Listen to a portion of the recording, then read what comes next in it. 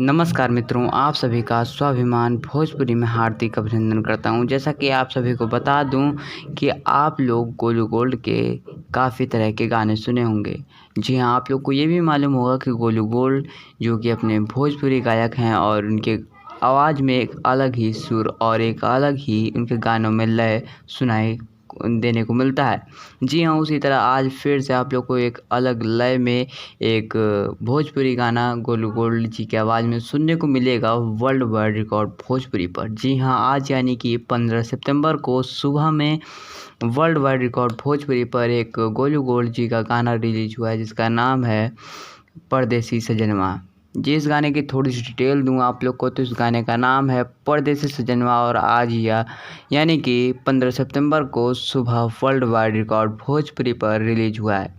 और इस गाने को जो गाए हैं उनका नाम है गोलू गोल्ड जी और इस गाने को जो लिखे हैं उनका नाम है रोहित पाठक जी और इस गाने को म्यूज़िक दिए हैं जेपी तिवारी जी।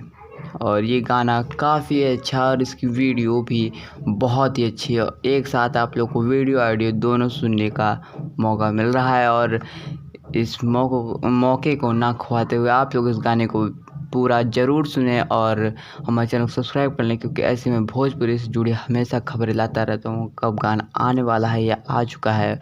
और इस वीडियो को लोगों तक ज़्यादा से ज़्यादा वायरल कर शेयर कर दिए ताकि और भी लोग ये गोलू गोल्ड जी के गाने को सुन सकें। धन्यवाद।